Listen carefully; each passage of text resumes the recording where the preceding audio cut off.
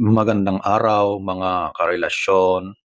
Ngayong araw, pag-uusapan natin ang isang sensitibo ngunit napapanahon na nakikita sa ating lipunan, ang tila pagdami ng mga individual na kabit na hindi lang nagtatago kundi tila ipinagmamalaki pa ang kanilang ginagawa o sitwasyon.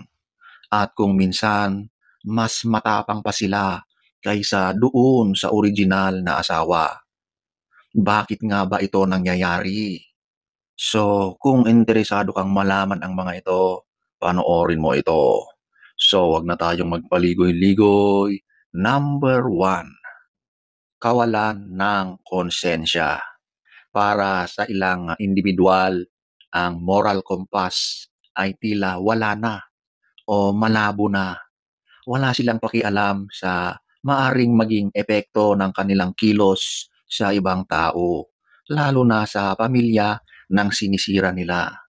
Ang kawalan ng pakiramdam ng pagkakasala o pagsisisi o kahit bahagyang pagkabahala sa kapakanan ng asawa, mga anak ay nagbibigay sa kanila ng kalayaan na gawin ang anumang gusto nila na walang emosyonal na pananagutan o pasanin.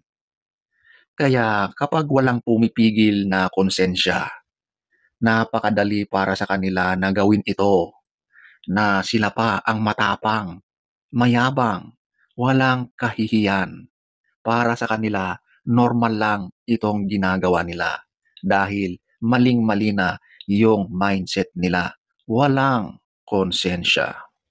Number two, kakulangan ng pananagutan at walang konsepto ng karma. Sa digital age ngayon, kung saan mabilis kumalat ang impormasyon at tila mas nabibigyan ng plataporma ang lahat, mayroong tendency na mawalan ng saysay ang social consequences. Kung minsan, iniisip ng isang individual na hindi sila magkakaroon ng karma o hindi sila mahuhusgahan ng publiko, lalo na kung ang kanilang ginagawa ay parang sinusuportahan o kinukonsinti pa ng nakakarami. Ang kawalan ng malinaw na legal na aksyon laban sa kanila o ang tila hindi pagtanggap ng komunidad sa kanilang mga kilos ay maaring magbigay sa kanila ng lakas ng loob. Para sa kanila, maaring ang tanging hustisya ay ang kanilang kaligayahan, anuman ang pinagmulan nito. So, ang mga taong ito talagang distorted na ang kanilang pag-iisip pagdating sa pananagutan. So, literal na hindi sila naniniwala sa karma or ikinakabit-balikat lang yung tinatawag na karma. Kaya hindi sila natatakot sa kanilang ginagawa. Number three, ang ilusyon ng pagmamahal. Marami sa mga kabit ang naniniwala na sila ang tunay na minamahal ng kanilang kinakasama. Pinaniniwalaan nila na ang kanilang presensya ang nagbibigay kasiyahan sa taong may asawa at sa ganitong pananaw, tinitignan nila ang kanilang sarili bilang biktima na nangangailangan din ng pagmamahal. Ang tawag dito ay savior complex. Ito ay nagbibigay sa kanila ng pakiramdam na mayroong silang mas mataas na moral ground. Grabe, makapagsabi ng moral ground, tapos kabit naman. O sila ang bida sa isang kwento ng pag-ibig na nagkamali. Para sa kanila, ang pagiging matapang ay isang paraan upang ipagtanggol ang pag-ibig na pinaniniwalaan nilang karapat-dapat. So kung papansinin niyo, talagang ang pag-iisip ng mga ito ay wala na rin talaga sa ayos, 'di ba? Biruin mo, sila pa yung feeling nila may moral ground, kahindik-hindik na mindset.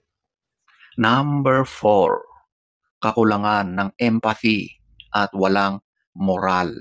Ang Walang empatiya ay isang malaking salik kapag ang isang individual ay walang kakayahang unawain ang sakit at pighati na idinulot niya sa taong kanyang niloko, lalo na sa opisyal na asawa at mga anak, mas madali para sa kanila na maging proud pa, mas matapang.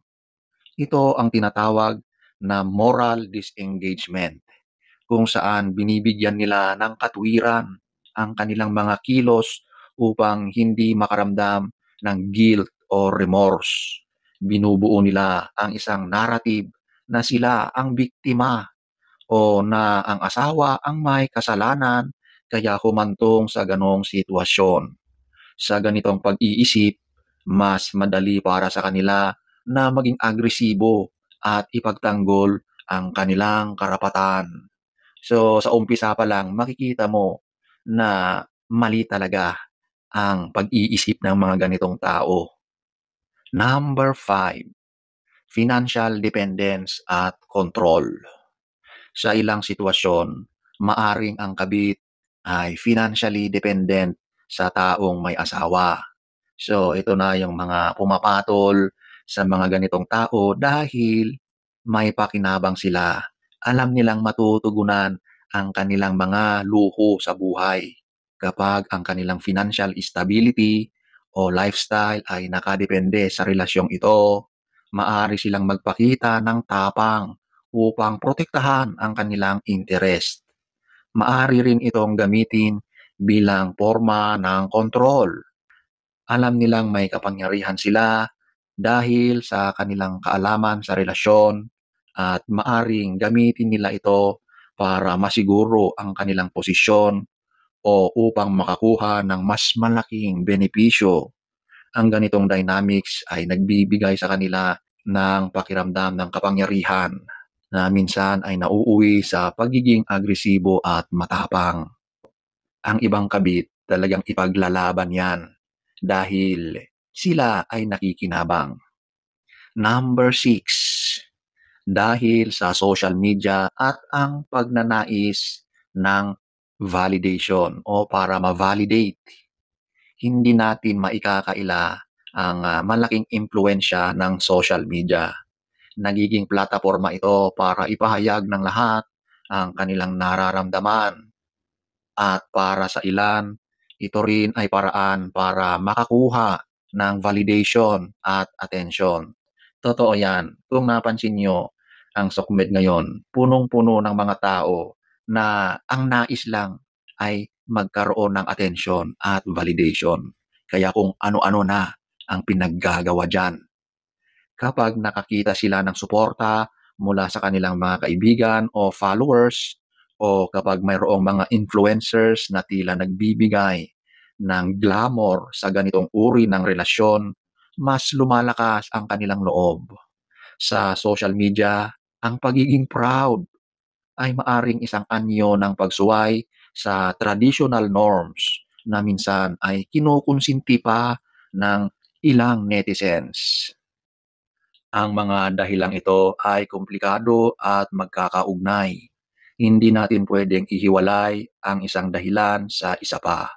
Ang bawat sitwasyon ay may sariling kwento at dynamics. Mahalagang tandaan na ang pagtalakay sa paksang ito ay hindi para bigyang katwiran ang anumang uri ng pananakit o paglabag sa pamilya. Sa halip, layunin nito na magbigay ng mas malalim na pag-unawa sa mga puwersang nagtutulak sa mga ganitong sitwasyon. So sana ay nagustuhan niyo ang ating topic for today. Next story time. Don't forget to subscribe.